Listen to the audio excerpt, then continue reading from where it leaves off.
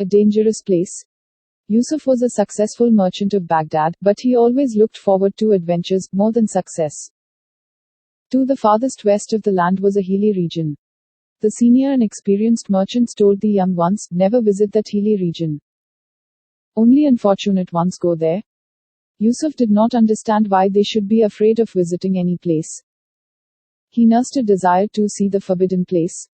One day a temptation took a grip of him. It was when he met an old lady who had come from the hilly region. She bought a piece of sandalwood and told Yusuf that blocks of sandalwood were as costly in her area as gold, but the old lady hastened to say, "But, my son, never visit our place. Don't ask me why.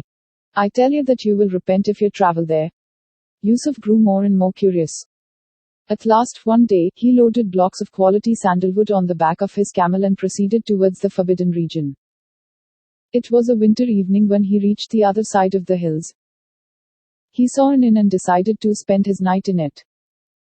He took a room and stored his ware there. After taking some rest, he came out of the inn. What should he see but some people sitting around a fire to warm themselves and burning sandalwood. "I heard that sandalwood is very costly here. How is it that you are burning such a precious thing for warming yourselves?" he asked. His listeners laughed. "Who is the joker who told you that sandalwood is costly here? It is available in such plenty that we make bonfires of it as many times as we please," they said.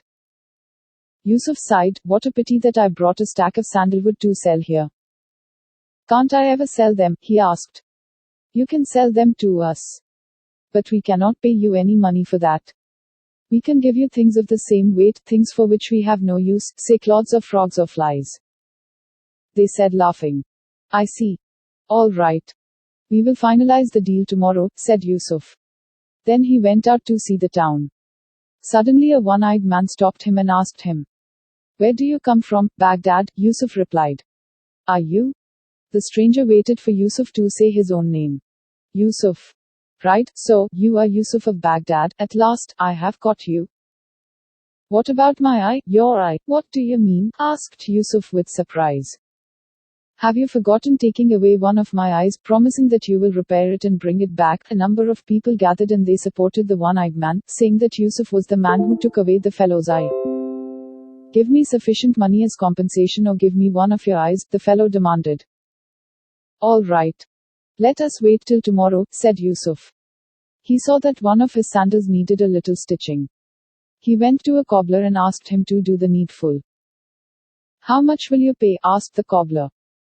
"I will satisfy you," said Yusuf, under the impression that the cobbler would demand the usual fee he pays for such jobs in his own town. "Come and take your sandals tomorrow, after satisfying me," said the cobbler. Yusuf was soon accosted by two gamblers. "Come and see how we gamble," they proposed. Yusuf entered their den to satisfy his curiosity. Soon he was tempted to gamble for a while. "You have lost everything," shouted those two fellows. "Give us all you have or drink all the water of the sea, we will decide about it tomorrow," said Yusuf. He came out a sad man. He wondered if he can go back to Baghdad at all, after meeting the demands of all these cheats. "What are you doing here, my son?" Yusuf was pleasantly surprised to see the old woman who put this question to him. Yusuf was in tears. "Mother, I am paying the price for ignoring your advice," he said. He then reported to her his experiences within the short time he had been there.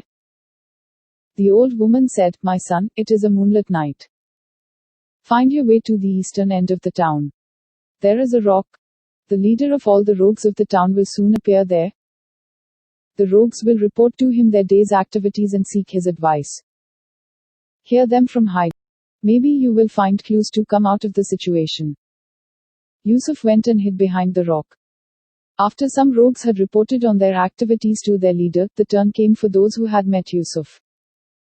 Those who were planning to buy his sandalwood said, "We will cheat him with some useless things.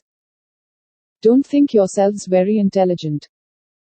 What if he asks you to give him flies matching the weight of his sandalwood stack? Can you give him?" The one-eyed man came forward and said, "I am sure, instead of sacrificing one of his eyes, he will pay me money."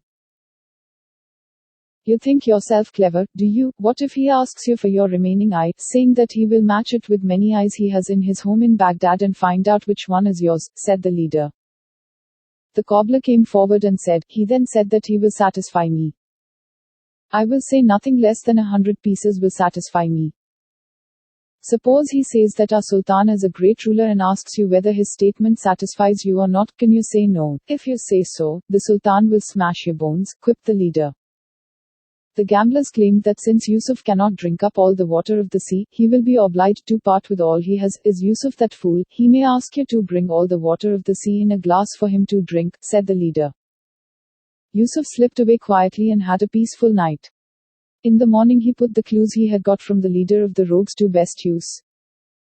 The sandalwood buyers could not produce flies equal in weight to his sandalwood stack. They had to pay the proper price for it. The one-eyed man was not prepared to part with his remaining eye and hence withdrew his claim. The cobbler could not say no to Yusuf's statement and kept quiet. The gamblers could not offer him all the water of the sea in a glass and went away. Yusuf returned home with good profit but paid a reward to the old lady before leaving the hilly region and decided not to return again ever. Thanks for listening. Please do like, share and subscribe to our channel. See you with another story.